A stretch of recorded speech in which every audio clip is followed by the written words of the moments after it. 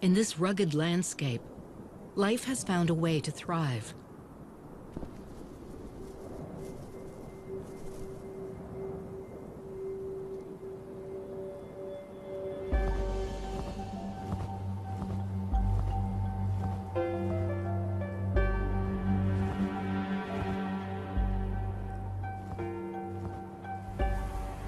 Winter is over, but a final blizzard forces itself onto the first days of spring. The locals here are accustomed to extremes.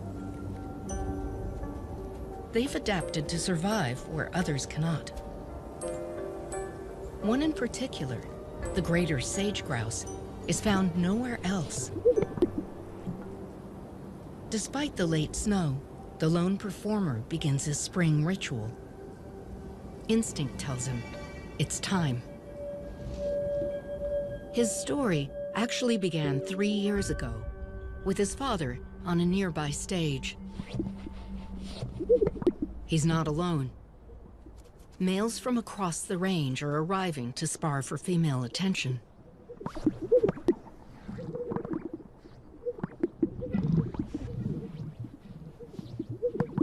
Their elaborate display has only one purpose: to pass on their genes to the next generation. But self-promotion on an open stage is risky.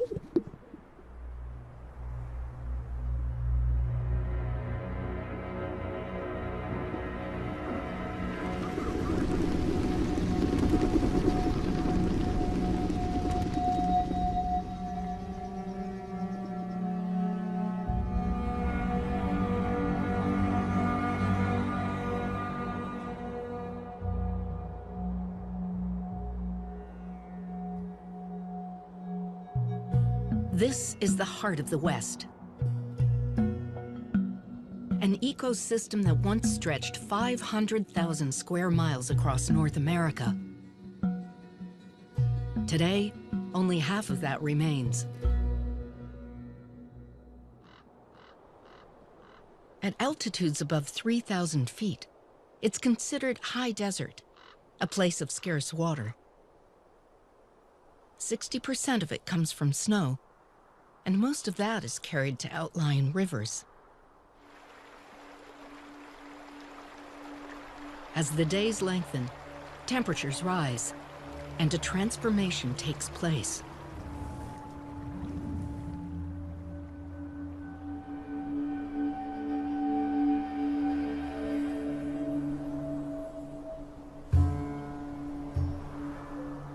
The melt reveals a sea of sage. Sage is the anchor of the high desert. Without it, the land would be a dust bowl. These twisted shrubs can live 140 years. Extending for hundreds of miles in every direction, they're the foundation of this wilderness. The wildlife here has evolved with the sage for over 2 million years.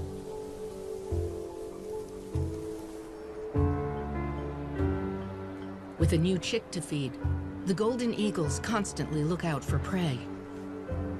In open country, these powerful raptors can hunt almost anything, allowing them to raise families across much of the northern hemisphere. Since the first European settlers moved westward, this land has been traversed and cursed by travelers.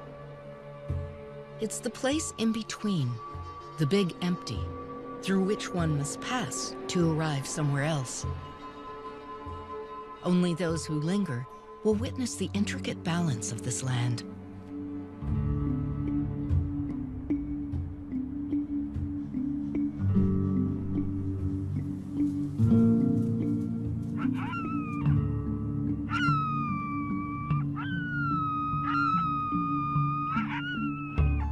The sagebrush steppe is a geological masterpiece. These basins were shaped and lifted by the same forces that built the surrounding mountains.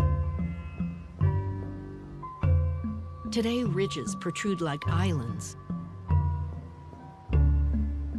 The rocks, carved by eons of erosion, provide a perfect nesting perch. It will be months before the chick can fly. For now, she watches the world from up high.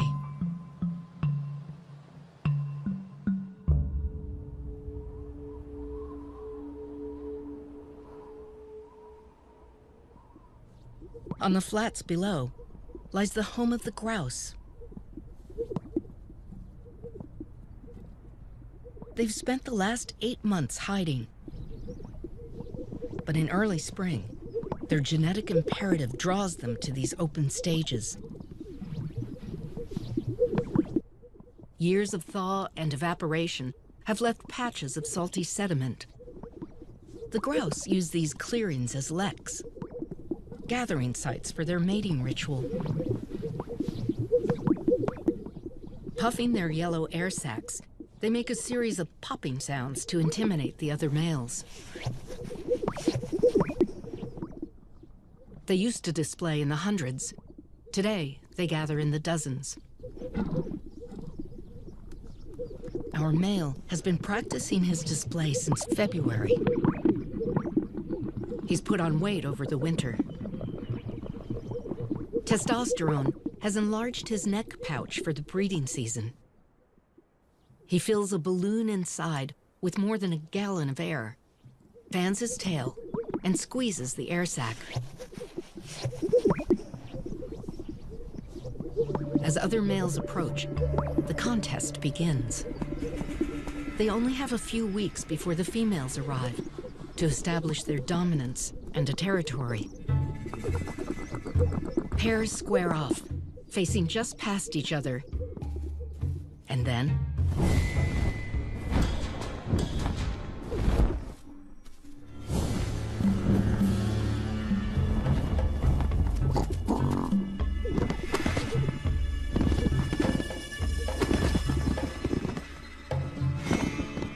fights are ferocious and frequent.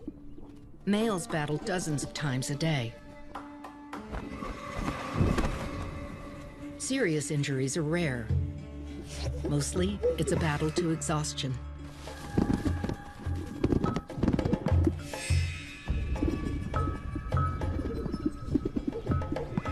The chance to mate only comes once a year, and for grouse, years are limited. Most males won't live more than 4 years.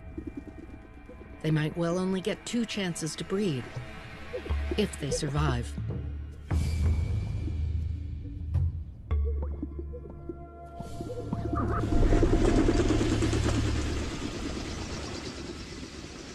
They'll be back at daybreak. Survival is pointless without offspring.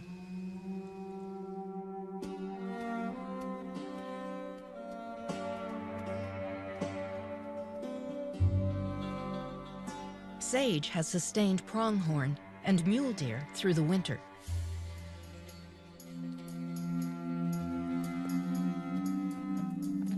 With the melt, the deer head off to their summer ranges in the mountains. Pronghorn migrate within the sage. These antelope are the fastest sprinters on the continent, adapted to outrun the American cheetah. The cat is long extinct, but the pronghorn still run. They've been here for millions of years, unlike some newcomers. We're actually latecomers in terms of evolution, and many of us have failed to last in this exposed environment.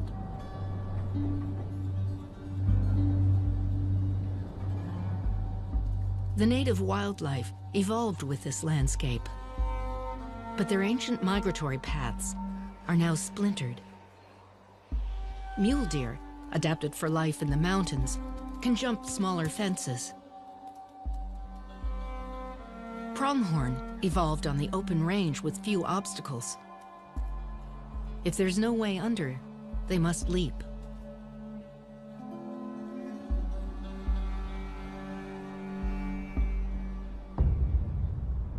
Eagles have few boundaries.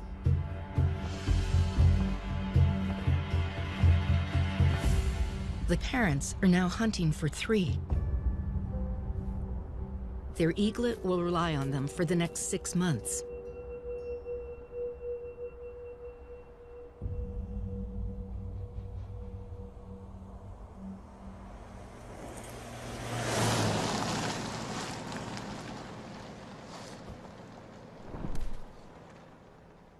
Roads turn the mule deer migration into a windfall for eagles.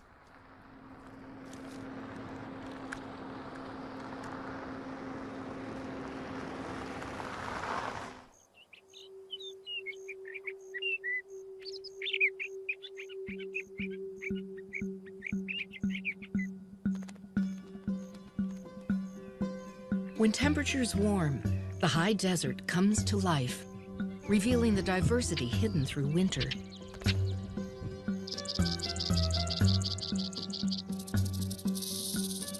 Hibernators surface from below. Prairie dog families excavate new tunnels, preparing for their pups.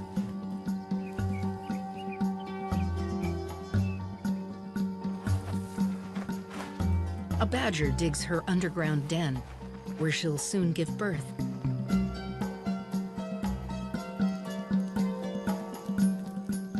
Short-horned lizards emerge with the ants.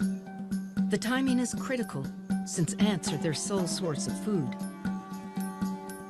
And jackrabbits have shed their winter white, confirming that spring has arrived. The sage sea is filling with new life, and everyone is hungry.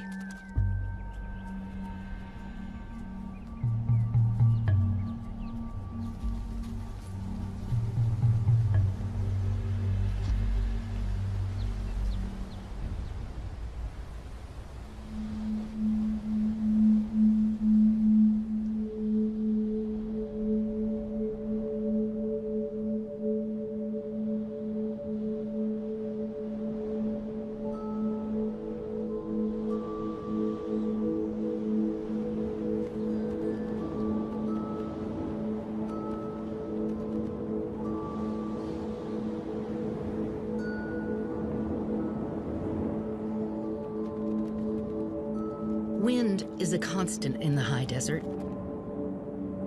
Facing steady speeds of 20 miles an hour or more, the sage hugs the ground. Only the rocks have stood up to the desert gales. But over the eons, even these have been scoured and sculpted.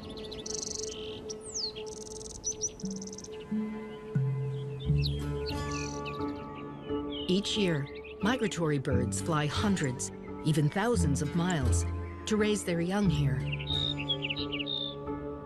They synchronize their arrival with the emergence of insects. Some return to the exact same spot year after year, finding their small crevice once again in this vast expanse. For cavity nesting birds, rocks are the trees of the desert. Bluebirds use holes like these in place of hollowed trunks. Despite their brilliant blues, females pick their mates, mostly for the quality of his shelter. The tiny American kestrel is the only falcon in North America that uses cavities. With their ultraviolet vision, they track rodents by following their urine trails. Rock wrens nest between stones on the ground. They're highly adapted to life in the desert. Like many other desert dwellers, they get all their water from the insects they eat.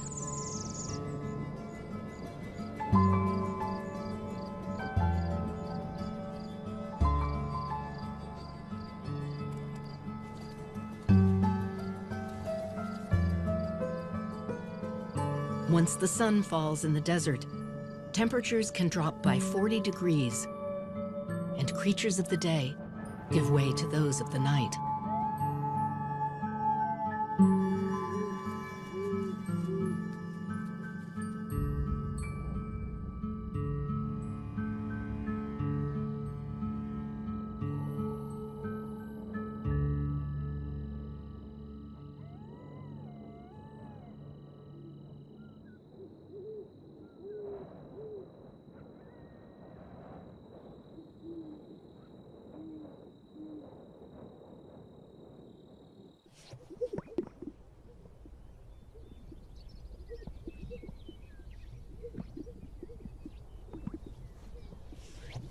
At daybreak, our male is already at the lek. He's been here every day for the past 3 weeks. Weaker males have dropped out, leaving only those with staying power. He takes his place on a small rise, a spot he's fought hard to secure.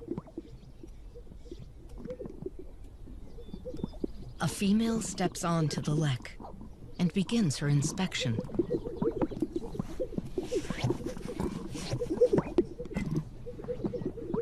The males inflate, tails spread, but beyond displaying, they're powerless. It's the female who holds the cards. To a spectator, males might all look alike, but the females can clearly distinguish. Just what they're searching for is not altogether clear. Is choice based on looks or sound, stamina and strength? Despite decades of study, the jury's still out. We do know that successful males display precisely and repeatedly, taking their cues from the females. They know not to be too aggressive and to mount only when invited.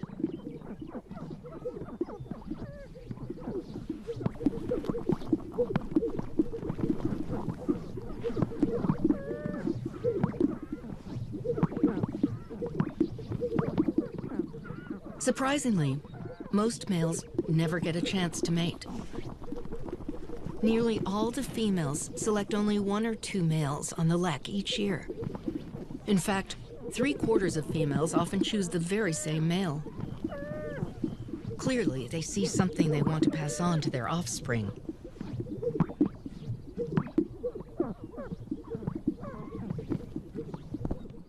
A female stands beside our male, sizing him up. She approves and gives her solicitation display.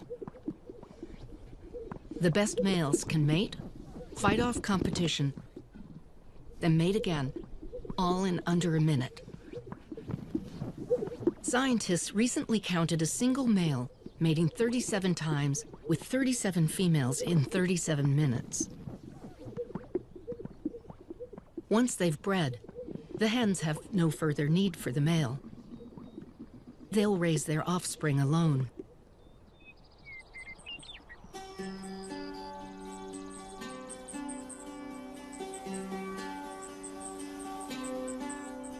Fanning out across the landscape, the females head away from the lek. Too many predators are drawn to these open stages. To find a safe spot for her eggs, a hen might travel as far as 10 miles. It's easy to assume there's plenty of open space for grouse. But here in the desert, resources are scarce and far apart.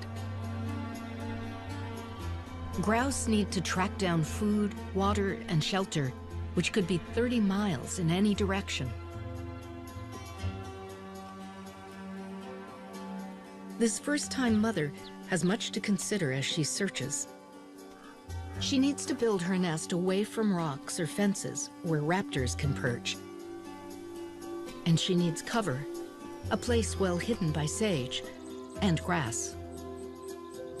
Grass also acts like a sponge, holding water for the smaller plants and insects that her chicks will eat.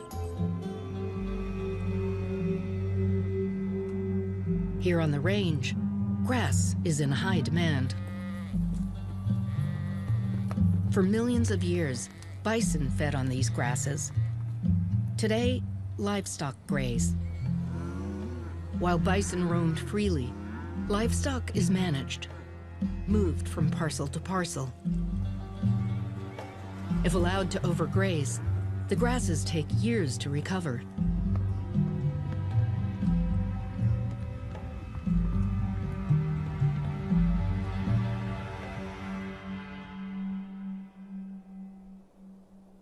Settled on her nest, the hen is nearly impossible to spot. She's built her nest in a shallow depression beneath the sage. lining it with grass and leaves and dozens of her own feathers. Now she and her eggs must wait.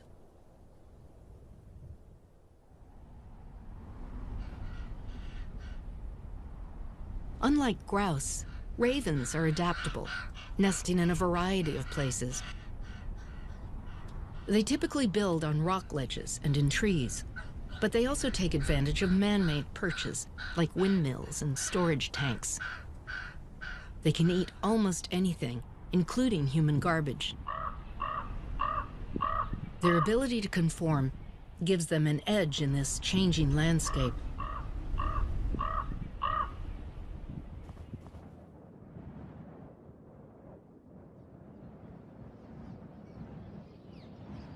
Cliff swallows also build nests in man-made structures. But here they nest in sandstone cliffs. They've just arrived from South America, returning to the same spot as last year. They're hard at work on their hanging village. Males and females work together, mating during the process. They swoop down to the river and fill their mouths with mud, then return to their nest. With a quivering, they add another brick. A new home requires over 1,400 trips to the mud.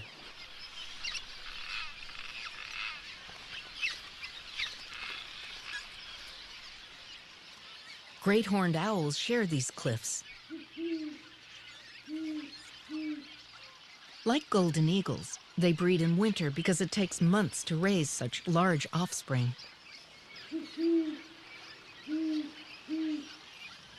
Chicks need to learn how to fly and hunt before the first snow. They're the most widespread owl in North America, since they nest almost anywhere. They also adjust their diet to their surroundings. Here, they hunt the sage for rabbits, prairie dogs, and birds.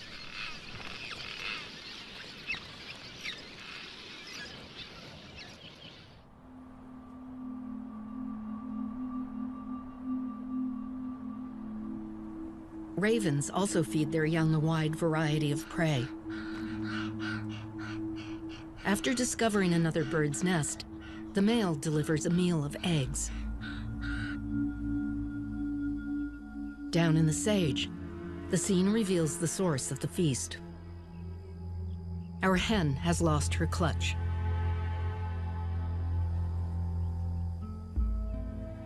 "40% of grouse eggs are ravaged before they even hatch. There's nothing a hen can do but move on. She can wait for next year or try for a second clutch.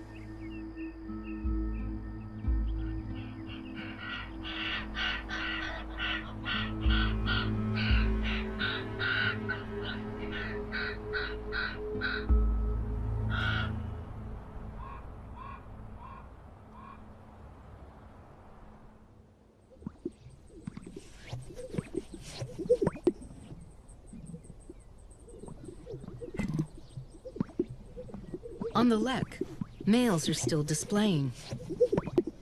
They return every day, hoping for females who've lost their nests.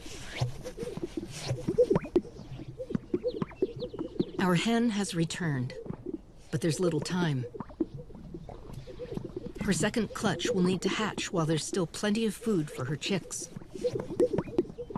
She sifts through the males, searching for the very same male she chose before. And finds him. In a world where passing on his genes means everything, this male has succeeded.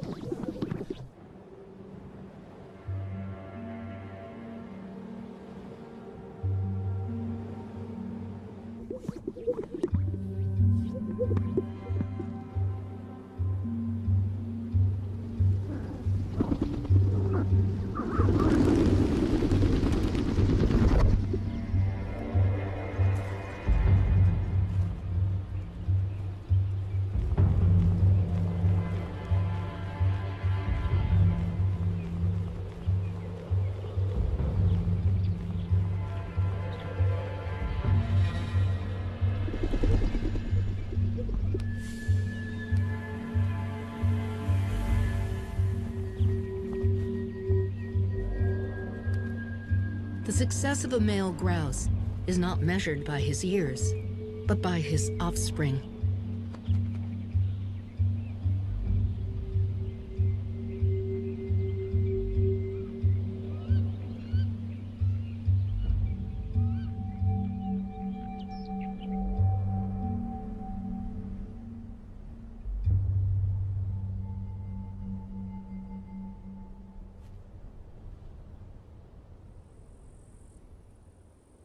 Our hen is on the search again, but this time there's even more urgency. For second clutches, nature makes up for lost time by shortening the gestation. She'll start laying in just a few days. She scans the landscape. To the untrained eye, it's an ocean of gray-green. But to her, there's nuance in the sage. Subtle distinctions in the grasses between the brush. The next generation depends on her judgment. She's found an area with thicker cover. She chooses a spot and settles in for the wait. If she's chosen well, she'll hide here for up to a month.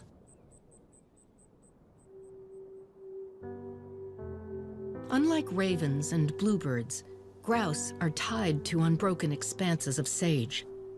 Without it, the species would cease to exist.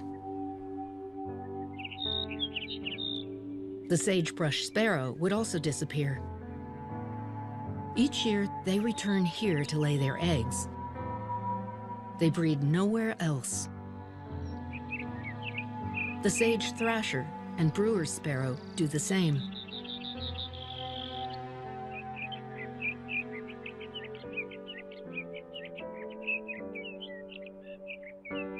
Though their songs are beautiful, their feathers are drab to blend into this landscape. Without the sage and the nursery it provides, these species would be lost.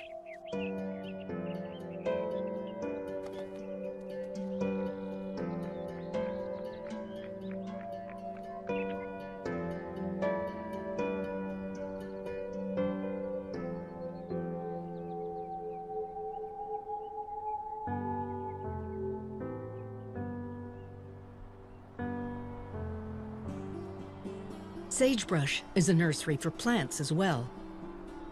While it's toxic for most animals to eat, it's actually called a nurse plant because its shade and roots help other plants grow. Sage survives in this arid environment through deep roots that reach to the water below. Like water, most resources in the desert are locked well beneath its dry crust. Coal, uranium, gas, oil. We've drilled down like deep roots to tap these resources.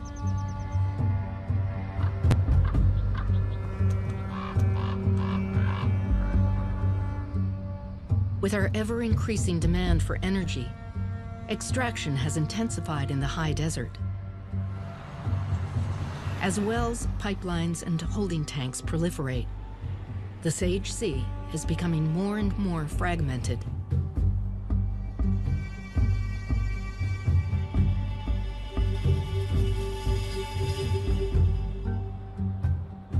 This one gas field was once a migratory corridor for pronghorn and prime habitat for sage grouse.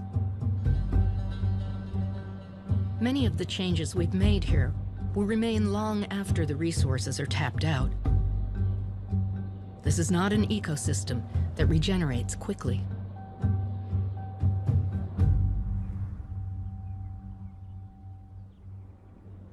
The hen has laid 8 eggs, a full clutch.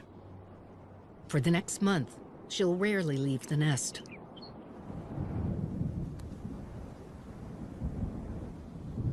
Every few hours, she carefully rolls her eggs to even out the temperature.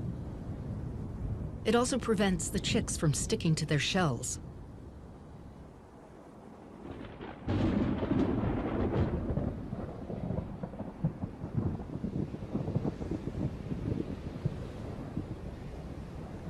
Throughout the summer, electrical storms roll across the desert. often shedding only drops of water.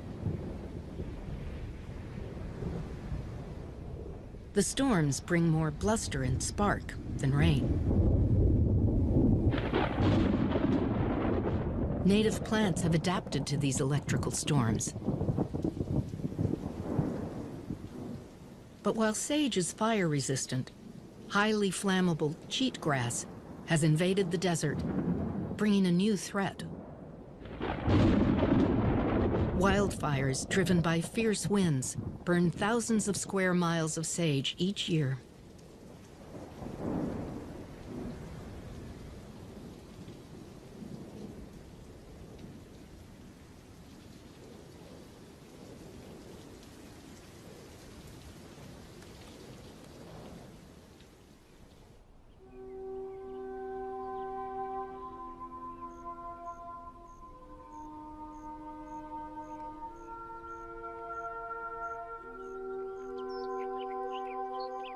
After the storm, neighboring thatching ants repair their roof.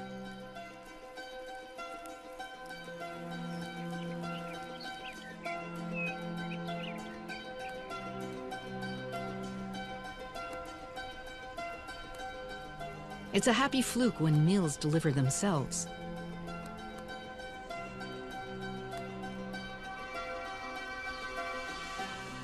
A burrowing owl stands sentry. She and her mate guard their nest, a repurposed badger hole. Here in the desert, life takes advantage of every opportunity.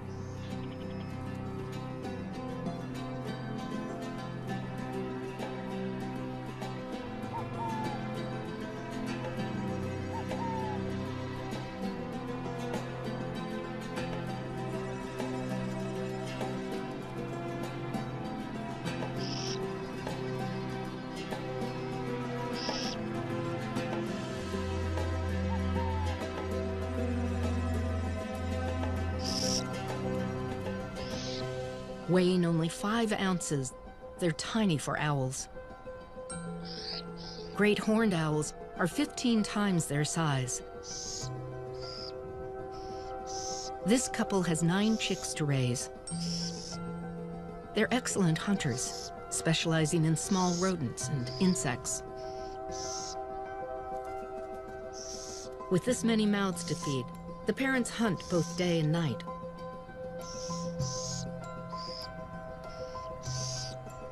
When fall sets in, they'll fly as far as Mexico.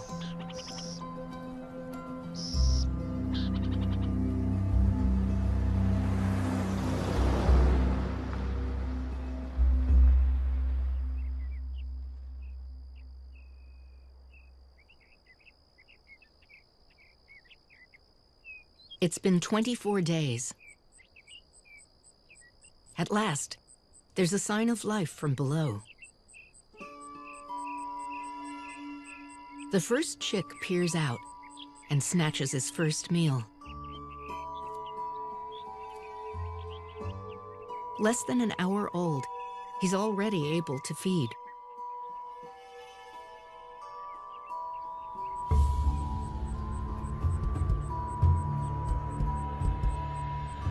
When the hen hears a badger nearby, she moves off to distract it, revealing another 5 newly hatched chicks.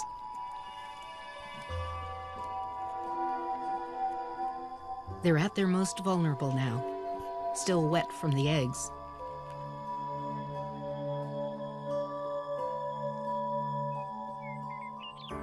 It's only been 2 hours, and all 8 chicks have hatched.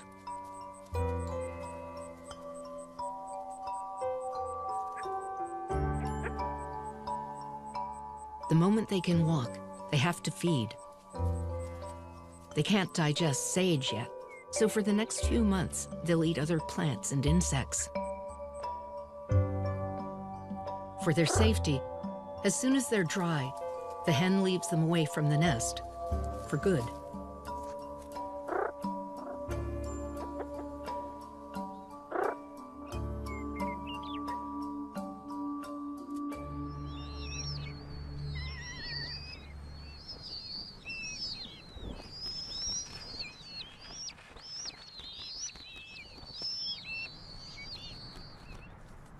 Ferruginous hawks stay in their nest for 6 weeks.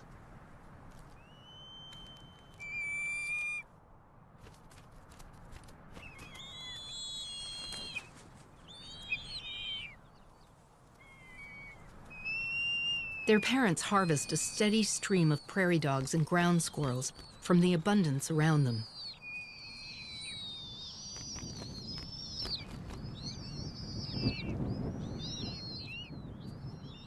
Rodents are plentiful and just the right size.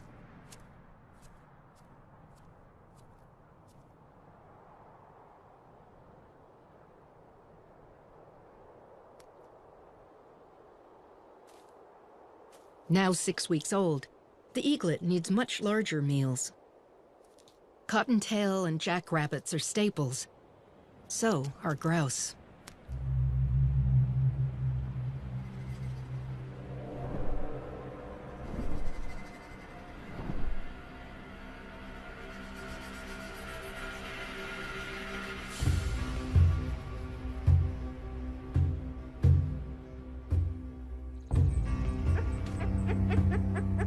Sensing danger above, the hen gives a warning call. Instinctively, the chicks take cover. She moves off, away from the brood. They'll stay put until they hear from her again.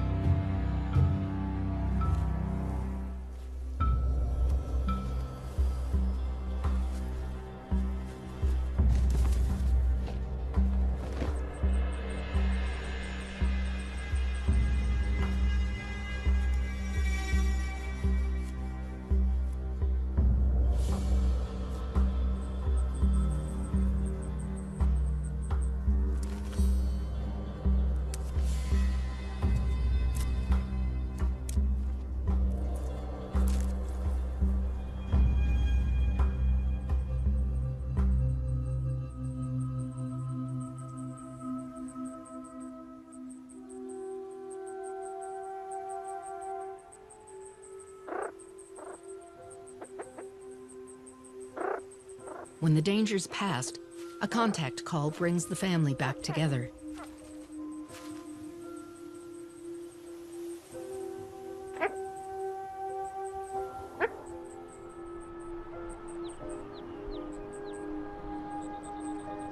For the next month, they'll forage constantly. In a couple of weeks, their adult plumage starts to come in. Soon, they'll blend in with the grown-ups. As long as they can find food, they'll stay in the sage.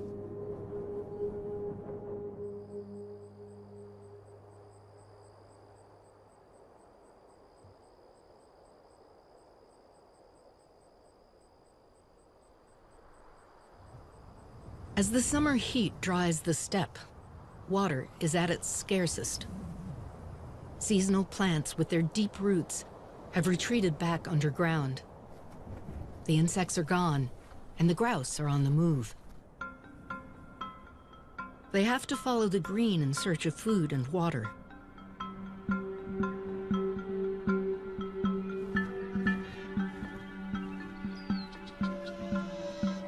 Natural wetlands are scattered across the high desert. Like ribbons, small streams trickle from springs, creating marshes. Wetlands are a green magnet for wildlife.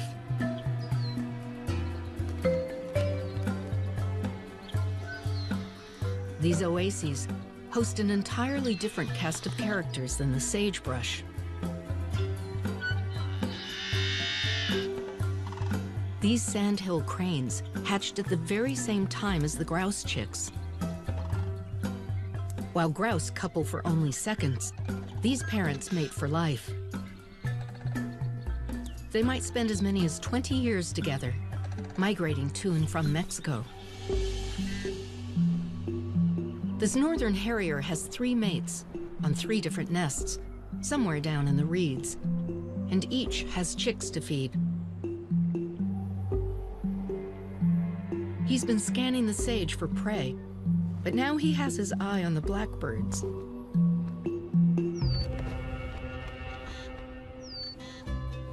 Red-winged and yellow-headed blackbirds defend their territories with a vengeance. Their eggs lie hidden in the grass below.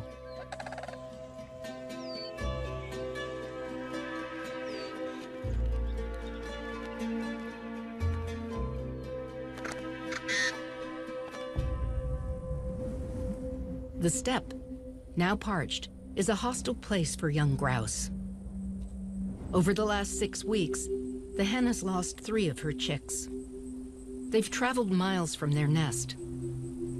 What's left of the family has joined up with other grouse on their migration to water.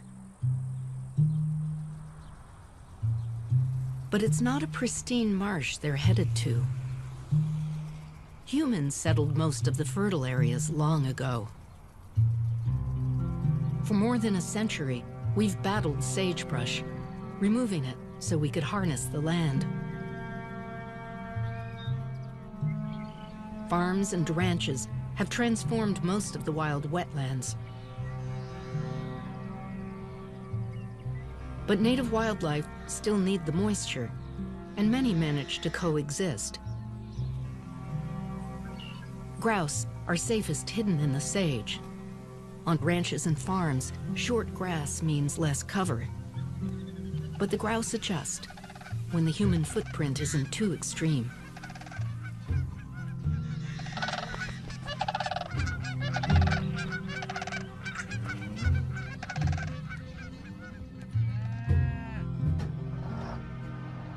These wetlands once supported thousands of grouse. Despite the alteration, some still support hundreds. Housing developments are a different story. They leave little for wildlife. Parts of the high desert have become some of the fastest growing areas in the United States. Wide open habitat is quickly being portioned off, transforming the big empty.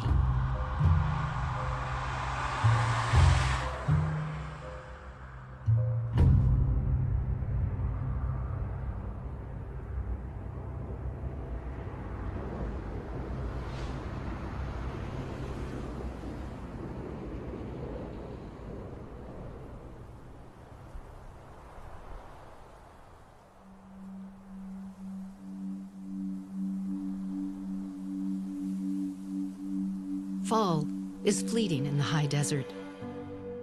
The days shorten, temperatures drop, and creatures take their cue to migrate.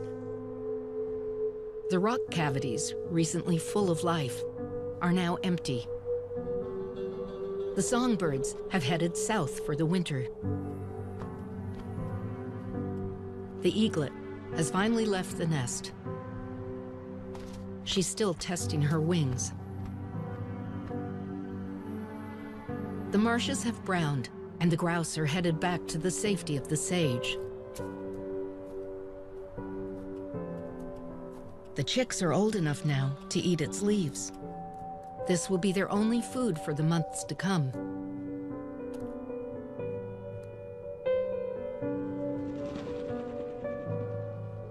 As autumn settles on the range, winter has already arrived in the mountains. The mule deer have been here since spring. It's here that they gave birth, but food is scarce now. They begin their descent, leading their young. Born in the mountains, this is their first migration. The adults will teach them to navigate rivers and fences.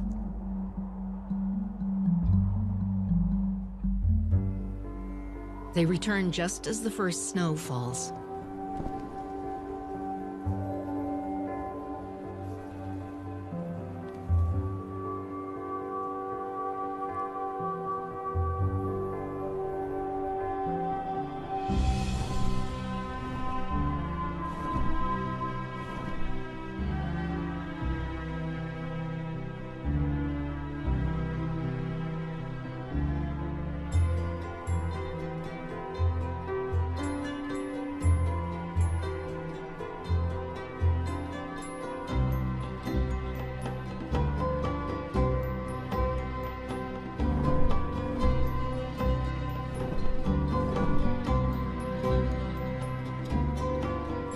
As harsh as winter is on the plains, it's milder here than in the mountains. Both mule deer and pronghorn will feed on sage through the winter. This will be their refuge for the next 5 months.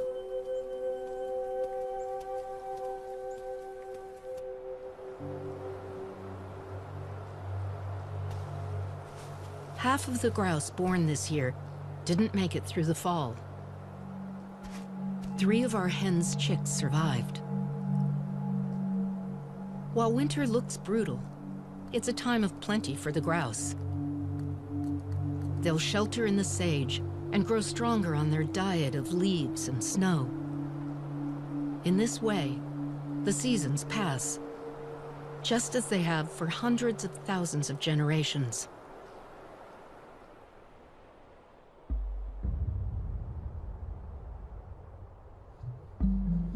It's been 2 years, and one of the chicks has taken his father's place. He's a strong male, already defending a territory for his spring display. In the short time since his father dominated his lek, the horizon has changed. A drill rig has sprouted in the distance. Only 2 years ago, it wasn't here. The howl of the wind now mingles with the hum of machinery.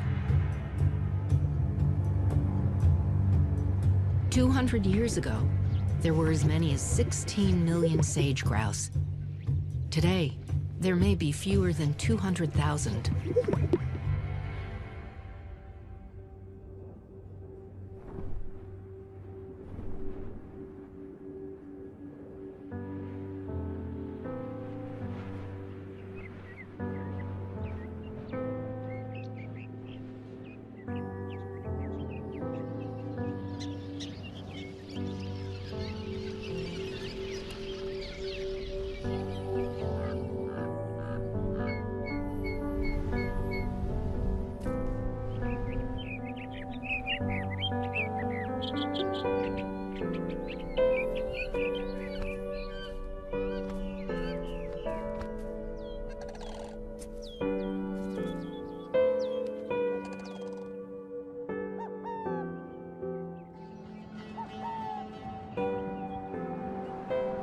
This land, which might at first appear empty, is far from just a place in between. It's a 140-year-old sagebrush and a constant wind that carries its scent. It's the clatter of antlers and the beating of wings as migratory birds come and go. It's a soaring raptor and a rare performer that takes a chance each year on the open range. An ancient stage where evolution has slowly shaped the lives of those who live here. It's a once vast wilderness, no longer untouched.